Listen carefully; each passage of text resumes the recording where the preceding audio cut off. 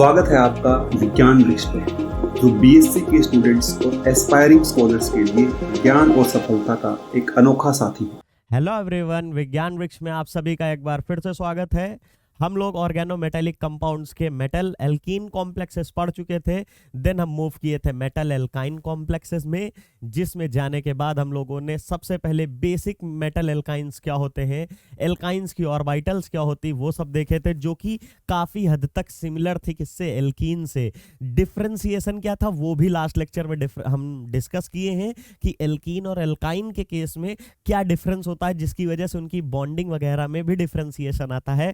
ये सब कंप्लीट करने के बाद हम लोगों ने बात की सबसे पहले प्रिपरेशन ऑफ मेटल एल्काइंस, जहां की हम जब पहले पढ़े थे मेटल एल्कीन, एल्कीन के केस में मैंने बताया था सर जीजेस ने, जिन्होंने सॉल्ट प्रिपेयर किया था, उन्होंने WC जीज जो साइंटिस्ट थे, उन्होंने 1827 में कॉम्प्लेक्स लिया था K2PtCl4। K2PtCl4 कॉम्प्लेक्स लेने के बाद उन्होंने उसको इथेनॉल के साथ रिफ्लेक्स कराया था, जिसकी वजह से हमें एक कॉम्प्लेक्स मिला अनयूजुअल पेल येलो कलर का, जो कि सॉलिड फॉर्म में था, जिसको हमने एक्सट्रैक्ट किया तो बाद में पता चला उसमें क्या था, PtCl3, और साथ में एक एल्कीन आ गई। लेकिन एल्कीन हमने डाली नहीं थी, तो आई कहां, तो बाद में उसकी सारी मैकेनिज्म वगैरह चेक की गई, जिससे पता चला कि जो इथेनॉल डाला गया है, इथेनॉल का डिहाइड्रेशन हुआ है। और डिहाइड्रेशन मतलब loss of water, dehydrate, D मतलब निकलना, हाइड्रेट मतलब वाटर, तो डिहाइड्रेशन इथेनॉल से वाटर का लॉस होता है, वो बना दी थी एल्कीन। और वही बनने वाली एल्कीन प्लेटिनम के साथ जुड़ने के बाद हमारा जीजेस सॉल्ट का फॉर्मेशन किया था। फिर हमने देखा था मेटल एल्काइंस के केस में कि कैसे मेटल से एल्काइन लिंक होती है, जैसे मेटल के साथ एल्कीन लिंक होती थी, मोस्टली उसी तरह जब 2 इलेक्ट्रॉन डोनर, आप एल्काइन और एल्कीन में डिफरेंस क्या होता है, पहली बात तो एल्काइन वाले में बैक पाई बॉन्डिंग जो हो रही थी वो ज्यादा होगी, या बैक डोनेशन जो होगी वो ज्यादा होगी,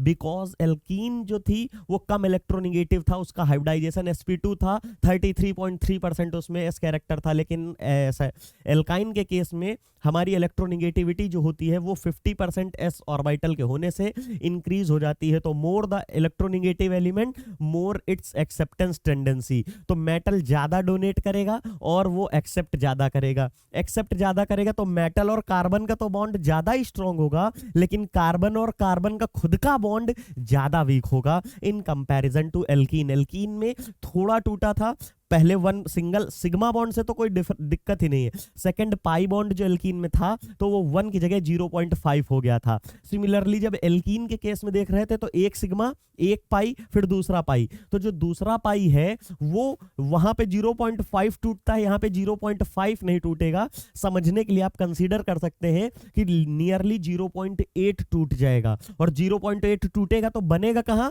वो मेटल के साथ बनेगा। समझिए कैसे, मेटल के साथ कैसे बनेगा, यहां पे आप एक बार देख लीजिए, ये लीजिए मेटल के साथ ये जो 1 2 3 है, तो यहां पे जो बॉन्ड है, ये वाला बॉन्ड ये टूट गया है 0.8, मतलब इस समय यहां पे 1 2 और 0.2 खाली रह गया। तो ओवरऑल कितने बॉन्ड हुए, 1 2 तो पूरे हैं और 0 पॉइंट ये, मतलब यहां पे जो बॉन्ड ऑर्डर है वो 2.2 है, किसके, कार्बन और कार्बन के बीच में। लेकिन मेटल और कार्बन के बीच में क्या है, प्योर 1 बॉन्ड, तो प्योर सिग्मा है तो 1 हो गया, और मेटल जो बैक डोनेशन से बनाया यहाँ पे वो 0.8 है, तो ये 0.8 हुआ। तो ओवरऑल मेटल और कार्बन के बीच में कितना बॉन्ड है यहाँ, 1.8। लेकिन जब एल्कीन के केस में देखते थे तो एल्कीन के केस में मेटल था और ये डबल बॉन्ड था, तो एक सिग्मा बॉन्ड तो होगा ही, और 0.5 टूटता था, तो प्लस में 0.5, तो आपको ये कार्बन और कार्बन के बीच में कितना बॉन्ड देखने को मिलेगा, 1.5। होना 2 चाहिए था, होता 1.5 है, इसमें होना 3 चाहिए, होता आपका 2.2 है। समझाने के लिए है, ऐसा 2.2 नहीं होता, और भी कम हो सकता है, वो डिपेंड करता है कितनी बैक डोनेशन हो रही है, मेटल वहां किस तरह का प्रेजेंट है, सब्स्टिट्यूएंट इस पे क्या लगे हैं, उन सब पे भी डिपेंड करेगा। यहाँ पे होना 2 चाहिए, होता 1.5 है। ये सब किसके ऊपर निर्भर करता है, ये हमारे मेटल में वहां पे मेटल कौन सा इलेक्ट्रोडोनेटिंग ग्रुप प्रेजेंट है, प्लस हमारी जो एल्कीन प्रेजेंट है उसके ऊपर सब्स्टिट्यूएंट क्या क्या प्रेजेंट है।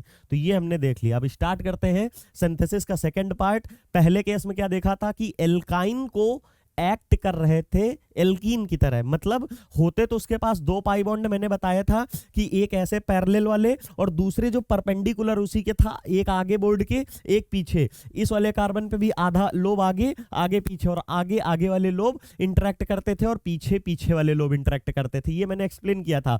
और दोनों बनने वाले पाई बॉन्ड, ये वाला सामने तो प्लेन में है तो ये आपस में पैरेलली लेटरल ओवरलैप किए, और जो ऐसे वाला है जो आगे से ब्लैक बोर्ड के आगे से आपको मिलेगा वो आधा, और यहां से बोर्ड के पीछे जो मिलेगा आधा वो, मतलब एक पाई बॉन्ड ऐसे बन रहा होगा, एक ऐसे एक इसी के जस्ट परपेंडिकुलर। तो ओवरऑल आपको क्या देखने को मिलेंगे, दो पाई बॉन्ड, एक यहां पे और एक इसके जस्ट परपेंडिकुलर। आपको अगर ऐसे दिखाएंगे, ये तो हाथ परपेंडिकुलर नहीं है बट परपेंडिकुलर बॉन्ड देखने को मिलता है।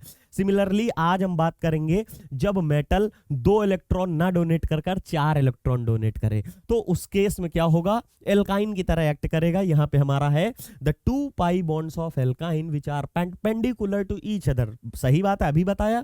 Can bind to the metal atom through each of their pi bond. Each of their pi bond, क्यों यहां पे ईच वर्ड यूज किया गया है, इसके पास दो हैं, दो में से एक कर सकता है। लास्ट लेक्चर में हमने एक लिया था और उसके साथ के कुछ मेटल कॉम्प्लेक्स थे, हमने उनकी आर्ट बनाई थी, आर्ट मतलब उनकी ड्राइंग बनाई थी, स्ट्रक्चर ड्रॉ किए थे। लेकिन यहाँ पे क्या है, each of their pi bond, मतलब सिग्मा, मतलब जो पहला पाई बॉन्ड है वो भी डोनेट होगा, सेकंड वाला होगा वो भी डोनेट होगा। साथ में in such cases alkynes act as 4 pi electron donor या 4 इलेक्ट्रॉन डोनर, क्योंकि एक पाई बॉन्ड 2 इलेक्ट्रॉन से बनता है, तो 2 पाई बॉन्ड कितने से बनेंगे, 4 इलेक्ट्रॉन, और डोनेट दोनों कर रहा है तो कितने इलेक्ट्रॉन डोनर होगा, 4 electron. 4 electron donor by utilising both pi bond, क्योंकि 2 पाई बॉन्ड है, and act as a bridging ligand. ये ब्रिजिंग क्या होता है, मैंने याद करिए आपको एक एग्जांपल दिया था कि ब्रिजिंग वर्ड ऑलवेज वहां पे आता है जो भी 2 पॉइंट्स को कनेक्ट करने वाली चीज होती है उसके लिए ब्रिजिंग का यूज करते हैं। एक आपका इधर का कोई प्लेस, एक इधर का प्लेस, बीच में नदी जाती है, उसके ऊपर से आप क्या करते हो, एक पुल टाइप का बनाते हो जिसको आप नाम ब्रिज दे देते हो। तो किन्हीं दो चीज को लिंक करने वाली चीज को ही ब्रिजिंग बोलते हैं। अगर सिंगल ऑब्जेक्ट प्रेजेंट है उसके ऊपर ब्रिज नहीं बनेगा, मतलब किन्हीं दो चीज को कनेक्टिविटी देने वाली, कनेक्ट करने वाली चीज को ब्रिज बोलते हैं। तो यहां पे बोल रहा है कि एल्काइन जो है वो ब्रिज की तरह एक्ट करेगी। तो कैसे करेगी, देखिए ये मेटल, यहां पे कोई H या PH कुछ भी ले सकते हैं, ये जो पाई बॉन्ड है यहां से अगर देगा तो एक ऐसे मेटल के लिए और यहां पे मेटल के लिए। तो देखिए 2 मेटल है, इन 2 मेटल के लिए ये ब्रिज का काम कर रहा है, क्योंकि मेटल से यहां इस मेटल पे जाना है, कैसे जाओगे आप, ऐसे उड़ के तो जा नहीं सकते, आप इस पे जाइए फिर यहां से जाइए। यही काम होता है पुल वगैरह का। पुल आप मान लीजिए यहां बना है, ये हमारी नदी होती है, इसके ऊपर से पुल हम लोग बना लेते हैं जिनको ब्रिज बोलते हैं। तो इस पॉइंट से इस पॉइंट पे जाने के लिए क्या करते हैं, इस पुल पे चढ़ के ऐसे जाते हैं, तो इसका नाम ब्रिज दे देते हैं। सिमिलरली यहां पर भी इस मेटल से इसमें जाना है तो इस ब्रिज पे जाएंगे, ब्रिज से यहां इस मेटल पे आ जाएंगे, that is why it is called as bridging alkyne. फिर क्या है, these type of compound are prepared by displacing bridging carbonyl. Bridging carbonyl क्या, वही ब्रिजिंग तो वही हुआ, लेकिन एल्काइन कब आएगा, कहां किसकी प्लेस में आएगा, जहां पे ऑलरेडी ब्रिजिंग कार्बोनिल प्रेजेंट होते हैं, उनको डिस्प्लेस करेगा, उसकी जगह खुद आके जुड़ जाएगा। अब आप खुद बताइए, अगर एक कार्बोनिल होता है वो कितने इलेक्ट्रॉन डोनेट करता है, मैंने स्टार्टिंग में बताया था, एक लेक्चर आपको लिया था इलेक्ट्रॉन काउंट ऑफ लिगेंड्स, वहां पे बताया था जो जितने भी CO ग्रुप है वो ऑलवेज 2 इलेक्ट्रॉन डोनर के केस होते हैं।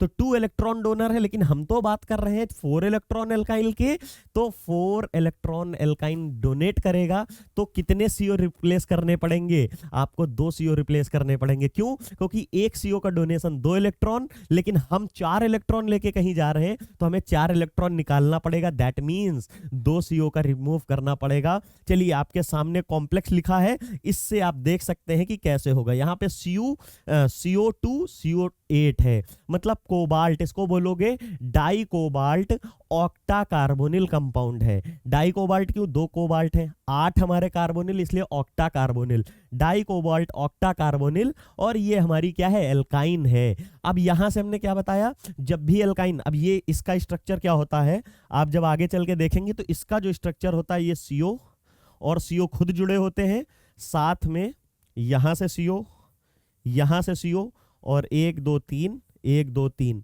कुछ ये स्ट्रक्चर आपको देखने को मिलती है, CO CO CO CO, ये स्ट्रक्चर देखने को मिलती है। और यही बताया था बाय डिस्प्लेसिंग ब्रिजिंग कार्बोनिल। तो ये ब्रिज वाले जो कार्बोनिल हैं इनको रिप्लेस करके यहाँ कौन आ जाएगा, यहाँ पे एल्काइन आ जाएगी। चलिए देखिए कैसे, हमने हीट किया, अब 2 कार्बोनिल निकलेंगे, लेकिन ब्रिजिंग में एल्काइन कितनी आएगी, 1, क्योंकि एक कार्बोनिल 2 इलेक्ट्रॉन देता है, लेकिन हम स्पीसीज ला रहे हैं 4 इलेक्ट्रॉन डोनर, इसलिए हमको दोनों CO निकालने पड़ेंगे। और जैसे ही दोनों CO निकालेंगे तो देखिए 2 CO निकाले तो यहाँ CO8 से CO6 और हमारी फेनाइल रिंग लग गई, मतलब सॉरी एल्काइन रिंग आके जुड़ गई, ring in the sense alkyne आके कंबाइन हो गई और 4 इलेक्ट्रॉन यहाँ डोनेट कर रही है। शायद ये समझ में आ गया होगा, नेक्स्ट पेज में मैंने डायग्राम भी बनाया है, क्लियर हो जाएगा एकदम आपको क्रिस्टल तरह।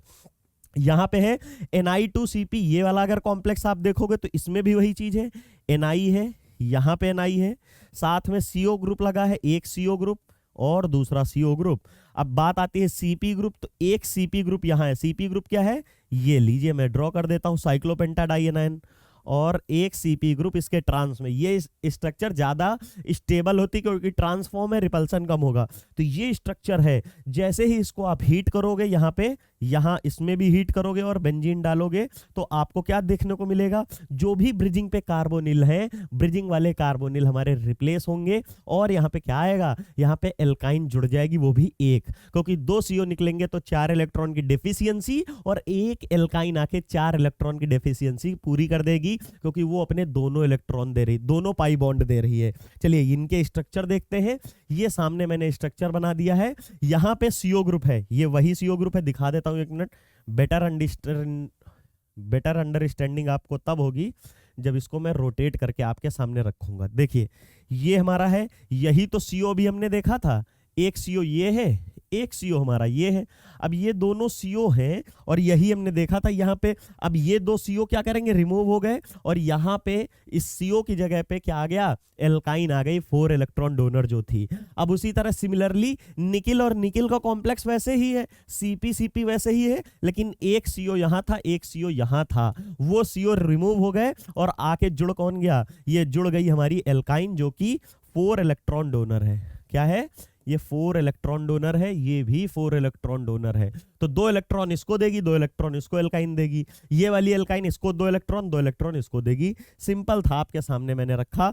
अब बात आती है कि जब एल्काइन 2 मेटल के साथ में रिएक्ट करेगी, ये क्या मतलब है, मेटल तो पीछे भी यही है, 2 मेटल है। देखिए यहाँ पे in the die nuclear complexes the such complexes PHC triple bond C, मतलब एल्काइन जो है वो क्या करेगी, CO2 whole C, the CC bond जो पीछे हमने कॉम्प्लेक्स बनाया है, ये लीजिए यहीं पे देखिए इस कॉम्प्लेक्स की बात हो रही है कि इसके लिए इसी का दूसरा रिप्रेजेंटेशन यही है और कुछ नहीं है। ध्यान से देखिए यहाँ क्या है, 1 2 3, एक कार्बोनिल पे 3, 1 2 3, तो वही यहाँ पे मैंने बना दिया 3। अब ये कहेंगे ये कैसे हो गया, कुछ नहीं हुआ है, ये कुछ नहीं है, वही चीज है CO3। इतना तो शायद आपको भी समझ में आ गया होगा, ये CO3 है। अब ये स्ट्रक्चर कैसे बनी, वहां पे तो हमने, आप कहोगे सर आपने ऐसे दिखाई है कुछ, ये लीजिए PH, ये लीजिए PH।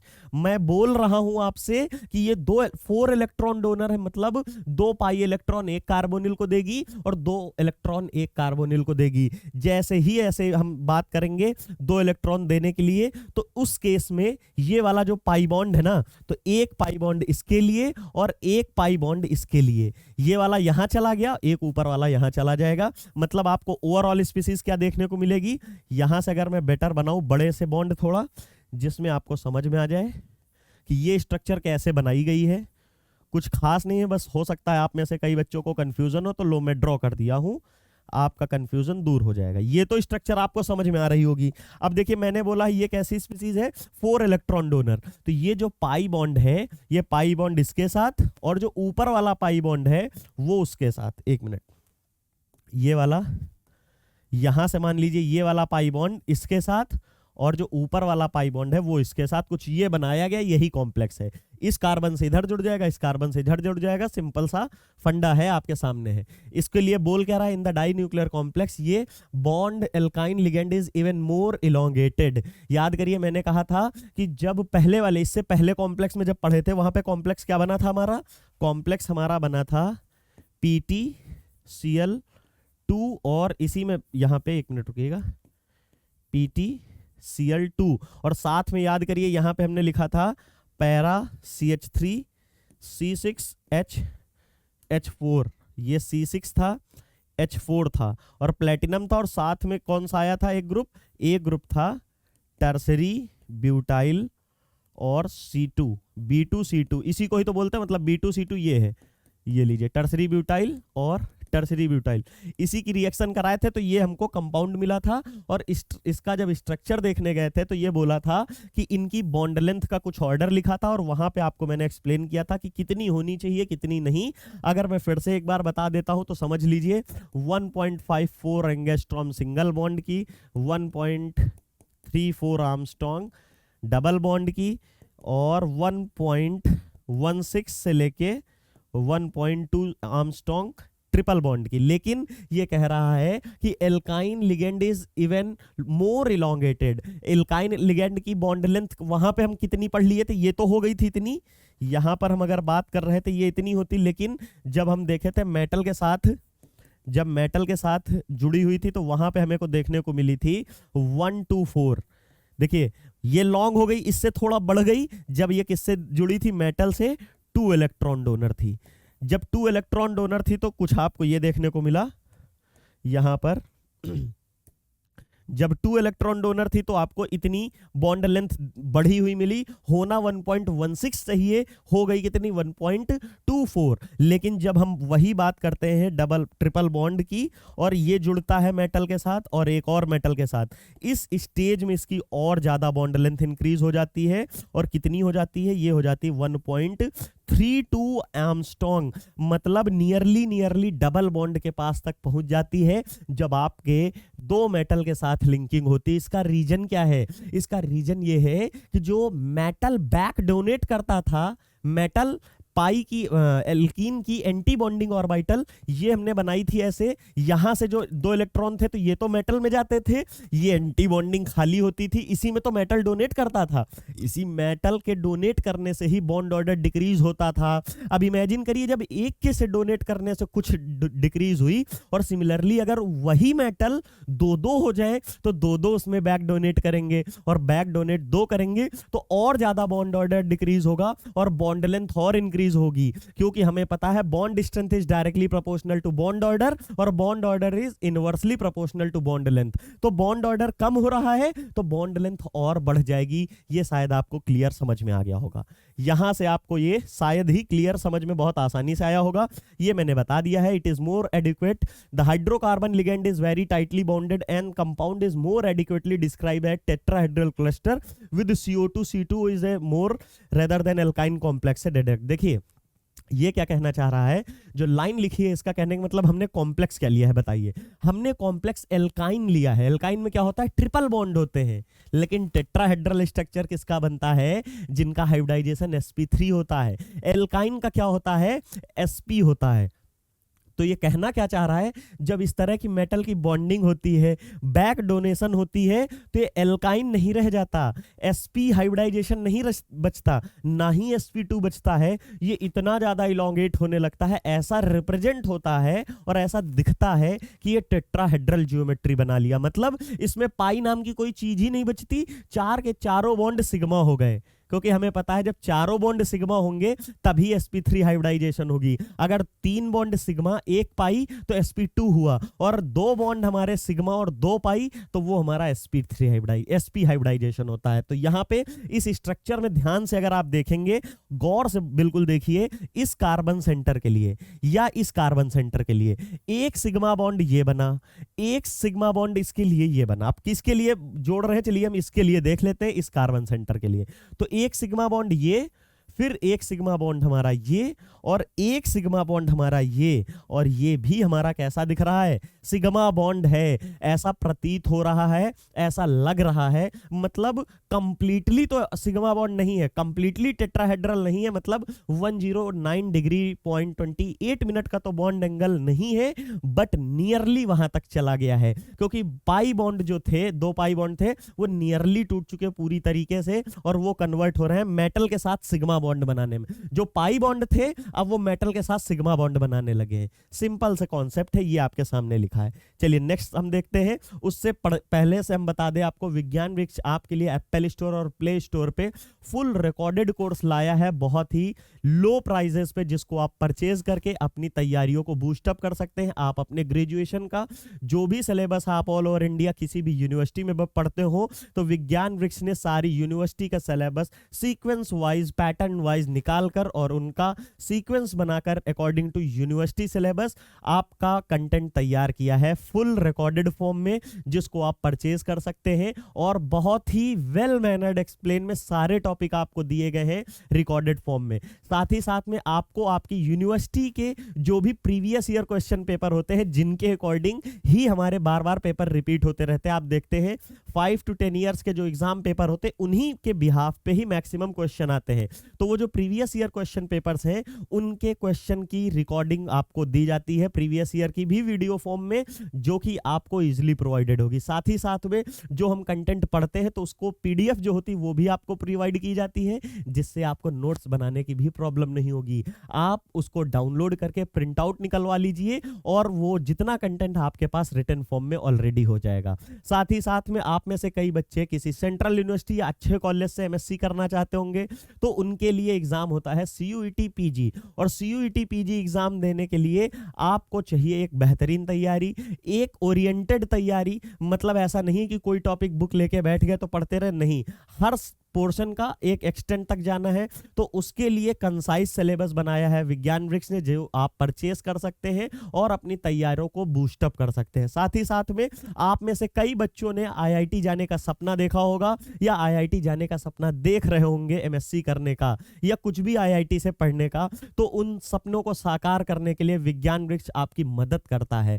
कैसे? आपको आईआईटी जैम जैसे कोर्सेज, भारी भरकम फीस वाले कोर्सेज को बहुत ही मिनिमम फीस पे अवेलेबल करा के आप जाके आईआईटी जैम जैसे कोर्सेज को परचेज करिए और अपना आईआईटी में जाने का सपना पूरा करिए। साथ ही साथ में आईआईटी जैम हो या सीयूईटी पीजी हो, इनके साथ दी जाती है आपको एक स्टैंडर्ड टेस्ट सीरीज, जिससे आप अपनी परफॉर्मेंस चेक कर सकते हैं ऑल इंडिया लेवल पे। और साथ ही साथ जब आप मेन एग्जाम में बैठने जाएंगे, तो उससे पहले यहाँ पे इतने सारे टेस्ट दे चुके होंगे, तो आपको मिलेगा वहां पे इसका बेनिफिट, क्योंकि आप रियल टाइम एनालिसिस कर पा रहे होगे, क्योंकि 20-20 बार आप बैठ चुके हो टेस्ट सीरीज में टेस्ट देने के लिए। जैसे कि एग्जाम का पैटर्न होता है, उसी बिहाफ पे टेस्ट सीरीज बनाई जाती है। तो जब आप इतने बार टेस्ट पहले ही दे चुके होते हो, तो मेन एग्जाम में आप बहुत ही हैबिचुअल होगे, और जो एग्जामोफोबिया होता है वो आपके दिमाग से हट चुका होगा, और आप बेटर मार्क्स स्कोर कर पाओगे, जिससे आपका आईआईटी या एनआईटी में जाने का सपना और थोड़ा आसान हो सकता है, या आपको गोल अचीव करने में आपकी मदद करता है। साथ ही साथ में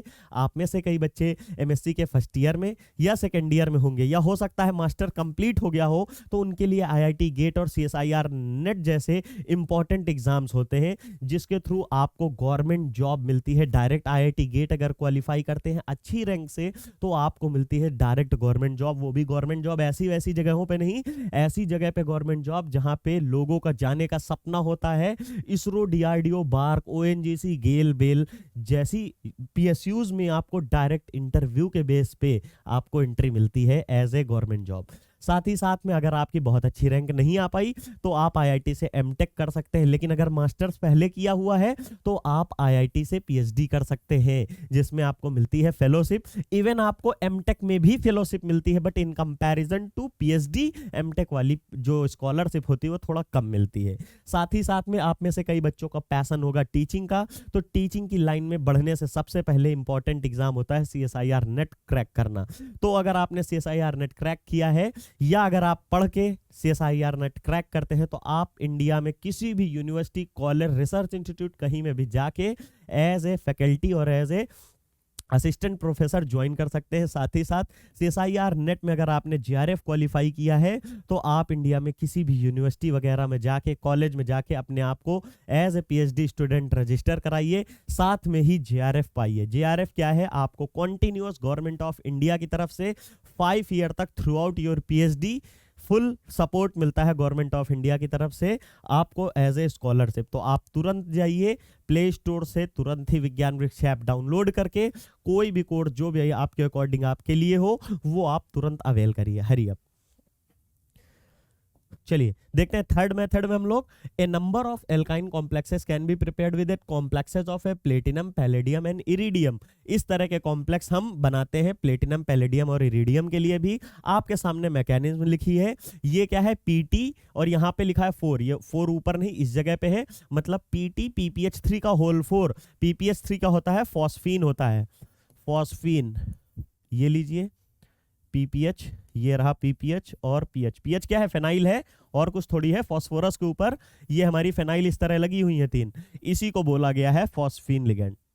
ठीक है, ये हमारा लिगेंड है, मैंने ओपन करके स्ट्रक्चर आपको दिखा दी है। साथ ही में जैसे ही इसकी रिएक्शन इसके साथ कराओगे तो क्या देखने को मिलेगा, एक फॉस्फोरस की इलेक्ट्रॉन डोनेशन कितनी होती है भाई, ये नाइट्रोजन फैमिली का मेंबर है, इसके पास भी एक ही लोन पेयर होगा। नाइट्रोजन कितने इलेक्ट्रॉन डोनेट करता है, 2 electron. Similarly phosphorus have also 2 electron because it have A nitrogen family having only 1 electron pair non bonded, तो ये भी 2 ही इलेक्ट्रॉन दे रहा होगा। अब हमारी एल्कीन को इसके साथ जुड़ना है, एल्कीन के कितने इलेक्ट्रॉन देती है, 4। तो 4 इलेक्ट्रॉन देने के लिए हमको क्या करना पड़ेगा, हमें 2 फॉस्फोरस वाले लिगेंड को बाहर करना पड़ेगा। मतलब जो पीपीएच3 4 थे उनमें से हमको 2 बाहर करने पड़ेंगे, क्योंकि 4 इलेक्ट्रॉन डोनर वाली अब हम पढ़ रहे हैं। जैसे ही ये इंसर्ट करेगी तो आपको पीपीएच3 का होल ट्वाइस पीटी और पीएच के यहाँ पे हमको एक ये कॉम्प्लेक्स मिलेगा, क्योंकि ये क्या है, यहाँ पे 4 इलेक्ट्रॉन डोनर है, ये 4 इलेक्ट्रॉन डोनर है और एक पीपीएच3 के पास एक लोन पेयर है,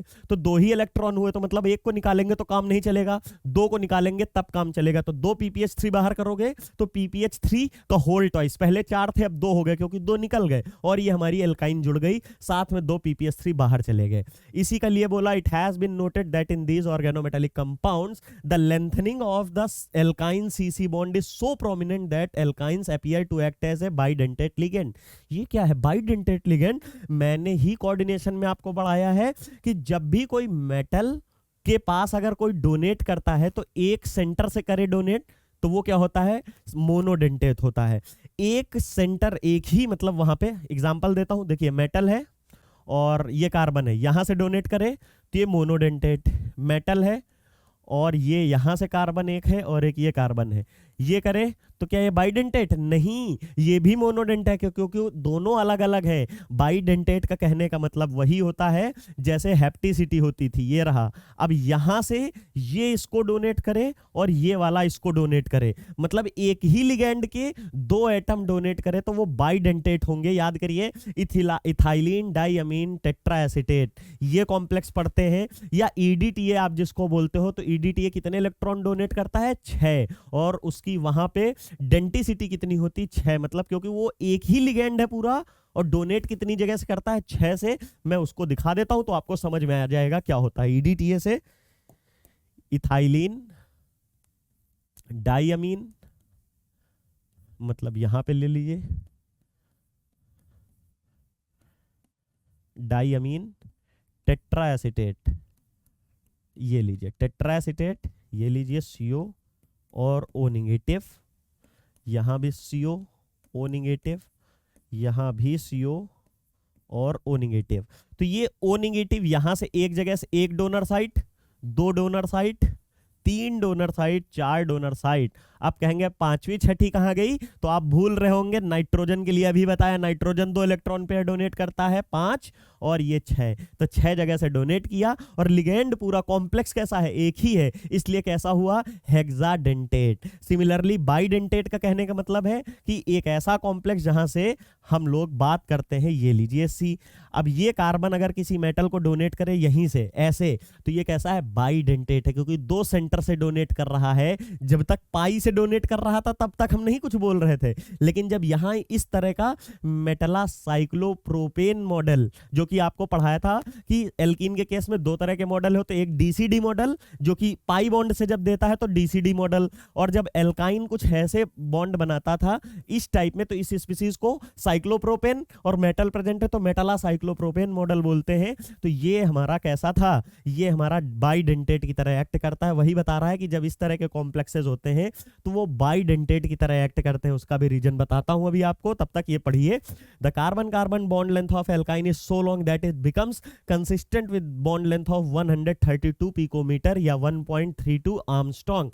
अब आप बताइए एल्कीन की कितनी होती है, 1.34 आर्मस्ट्रांग। मतलब ये नियरली एल्काइन जो थी एल्कीन बन के रह गई। क्यों? Due to the back donation, इसका एक पाई बॉन्ड टूट गया और इतना टूटा कि ये डबल बॉन्ड तक आ गया। ठीक है, मतलब क्या है, यहां पर जो ट्रिपल बॉन्ड था उसमें मेटल ने इतनी बैक डोनेशन कर दी कि जो एक पाई बॉन्ड था नियरली 100% टूट गया। तभी तो इसकी बॉन्ड लेंथ 134 के आसपास आई, क्योंकि हमें पता है प्योर डबल बॉन्ड जो होता है वो 34 होता है और सिंगल बॉन्ड 154 होता है और जो ट्रिपल बॉन्ड होता है वो नियरली 120 के आसपास होता है।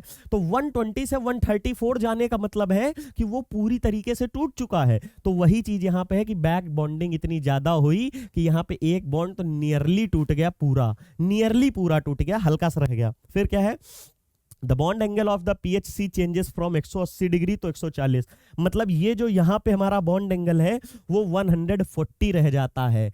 होता कितना है, 180 होता है, क्योंकि एल्काइन है और एल्काइन के केस में क्या होता है, sp हाइब्रिडाइजेशन, और sp हाइब्रिडाइजेशन में 180 बॉन्ड एंगल होता है। sp2 में 120 होता है, sp3 में 109.28 मिनट होता है।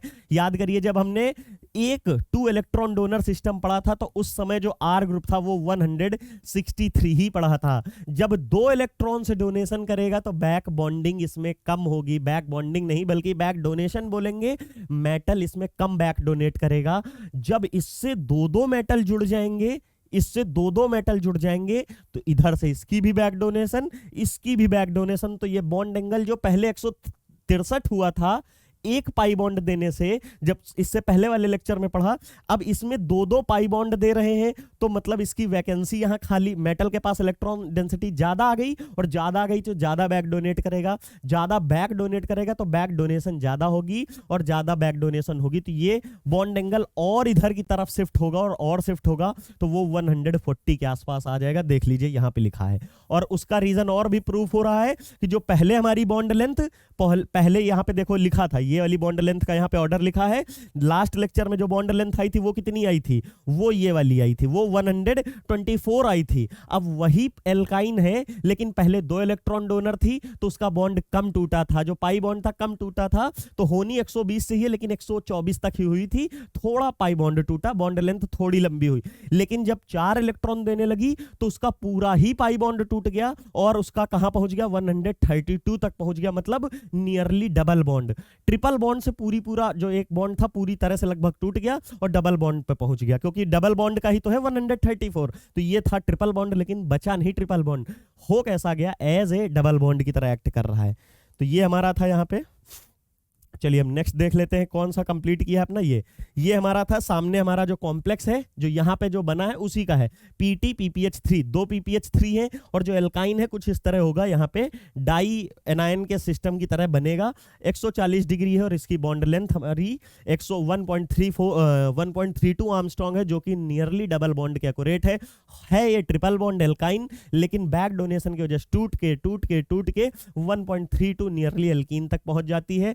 In plane bonding at PT0, platinum यहां 0 ऑक्सीडेशन स्टेट में है क्योंकि ये भी न्यूट्रल और एल्काइन भी न्यूट्रल, सारे न्यूट्रल हैं, इसलिए इसकी जो भी ऑक्सीडेशन स्टेट है वो 0 है। C triple bond C elongated, खुद ही सोचिए 1.16 या 1.20 से इलोंगेट होके कहां पहुंच गया, 1.32, मतलब डबल बॉन्ड तक पहुंच गया। ठीक है, फिर क्या है, स्मॉलर CCR एंगल होना, ये CCR एंगल कितना चाहिए था, एल्काइन है तो इसके बीच में यहाँ पे R ग्रुप जो होता है वो 180 डिग्री होना चाहिए क्योंकि एल्काइन है, sp हाइब्रिडाइजेशन है, लेकिन है कितना, आपके सामने देख लिए 140 तक पहुंच गया, जो कि पहले एक पाई बॉन्ड देता था, कम बैक डोनेशन होती थी तो कम, फिर यहाँ पे ना ही हमारी बॉन्ड लेंथ ज्यादा बढ़ी थी, खाली 124 तक गई थी, और जो ये बॉन्ड एंगल भी कम हुआ था तो बहुत कम नहीं, 180 से 163 आया। लेकिन जैसे ही वो 4 इलेक्ट्रॉन देने लगा तो मेटल वापस भी ज्यादा देने लगा, मेटल वापस बैक डोनेशन ज्यादा की तो बॉन्ड एंगल और कम हो गया, रिपल्सन इधर से और लगा तो ये और पीछे हो गया तो 140 तक पहुंच गया, 180 से पहले 163 जब 2 इलेक्ट्रॉन दे रहा था, फिर 4 इलेक्ट्रॉन देने लगा तो और बैक डोनेशन, और इसका बॉन्ड एंगल कम 140 पहुंच गया। सिमिलरली पहले बॉन्ड लेंथ 1.16 या 1.20 थी, उससे बॉन्ड लेंथ थोड़ी लंबी हुई, पहले कम बैक डोनेशन हुई, तो ये बॉन्ड तो पहले बना रहा अच्छे से, तो तब 1.24 तक ही रहा। लेकिन जब ज्यादा बैक डोनेशन होने लगी, क्योंकि 4 इलेक्ट्रॉन देने लगा, तो उस समय इसकी बॉन्ड लेंथ बढ़कर कहां पहुंच गई, 1.2 तक पहुंच गई, मतलब डबल बॉन्ड के आसपास पहुंच गई। चलिए नेक्स्ट हम देख लेते हैं अपना क्या है कंटेंट। फोर्थ पार्ट है जो कि लास्ट है, many transition metal complexes suggest nickel and palladium as जो है एक्ट करते हैं किसकी तरह, as a catalyse the cyclotrimerisation of alkyne to give a benzene derivative. याद करिए लास्ट लेक्चर में मैंने बताया था जो एल्काइन होती हैं वो रिएक्ट कर कर क्या बना देती हैं, एरीन बना देती। वहां पे मैंने बताया था arene, what is arene, like benzene और नेप्थलीन, इस तरह का, या कोई भी हमारी एरोमेटिक सिस्टम, जहां पे मैंने आपको इस तरह की स्पीसीज करके याद होगा शायद बताया था आपको, और यहां से मैंने इनकी बॉन्डिंग बताई थी, ऐसे जुड़ेगा फिर ऐसे जुड़ेगा फिर ऐसे जुड़ेगा, तो ये बॉन्ड तो टूट गया, और ये डबल बॉन्ड, ये डबल बॉन्ड, ये डबल बॉन्ड, और अल्टरनेट सिग्मा बॉन्ड, यही बताया था। ठीक है, जब जो कि एक बार गलत भी हुआ था, तो सेकंड टाइम मैंने जो ड्रॉ किया था वो सही था। फिर उसके बाद है यहां पे बोल दिया this is an convenient route to highly substituent. इसके बाद हम क्या बात कर रहे हैं, साइक्लो जो ये मेथड होता है, इससे हम लोग ऐसे भी कंपाउंड बना सकते हैं जो कि डायरेक्ट किसी मेथड से नहीं बना सकते हैं।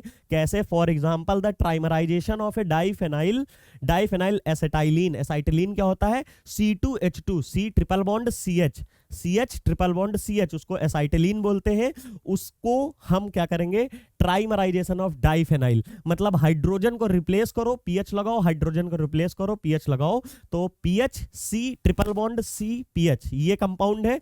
उसका जब ट्राइमराइजेशन करते हैं, जो पीएच है यहाँ पे R ग्रुप है, यहाँ पे बात हो रही है पीएच की, ये लीजिए पीएच हो गया। इसका जब करते हो तो आपको मिलता है हेक्साफेनाइल बेंजीन, मतलब जितने भी हाइड्रोजन होते हैं बेंजीन के C6H6 फॉर्मूला, वो C6H6 नहीं रहेगा, फॉर्मूला हो जाएगा C6 पीएच का होल 6, क्योंकि सारे हाइड्रोजन को रिप्लेस करके क्या लगा दिया हमने, पीएच लगा दिया। और जैसे ही यहां बॉन्डिंग करोगे, यही बताया था ऐसे करके, ये ऐसे करके, तो इनमें बॉन्डिंग होगी, और यहां पे भी आर ग्रुप है, यहां पे भी आर ग्रुप है, यहां पर भी आर ग्रुप है, आर ग्रुप है। आर ग्रुप क्या है, पीएच है, मतलब एल्कीन बन जाएगी। वो देखिए आपके सामने कॉम्प्लेक्स है, और यहां पे मैकेनिज्म भी मैं एक बार बता देता हूं। ये आपके सामने मेटल है, ऐसे आया, फिर दूसरी एल्कीन लाएंगे, तो हमें पता है कोई भी एल्कीन हो यहां से जुड़ेगी पहले, और ये वाला पार्ट दूसरी एल्कीन से जुड़ जाएगा, जो नई एल्कीन आई होगी, और यहां से ये ऐसे जुड़ेगा। जैसे ही ऐसे जुड़ेगा तो आपको ये स्पीसीज देखने को मिलेगी, जैसे ही ये देखने को मिलेगी। नेक्स्ट हमारी एल्कीन आके कैसे जुड़ेगी,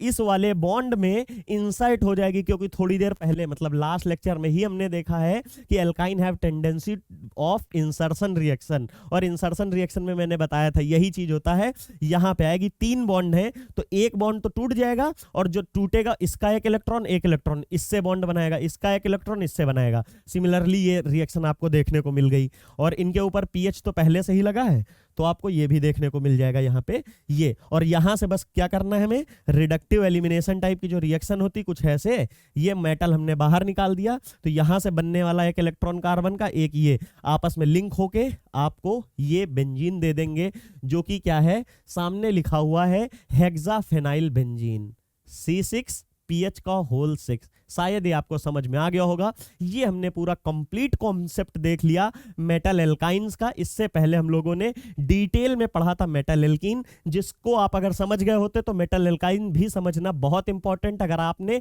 मेटल एल्कीन वाला लेक्चर नहीं देखा है तो तुरंत जाके देखिए, क्योंकि वहां डिटेल में समझाया, उसी का ही एप्लीकेशन पार्ट यहाँ पे है, क्योंकि वहां पे मैंने पूरा एमओटी के थ्रू आपको समझाया, तो वो जरूर देखिए। चलिए नेक्स्ट लेक्चर में हम लोग मिलते हैं ऑर्गेनोमेटेलिक कंपाउंड के लिए। Thank you so much.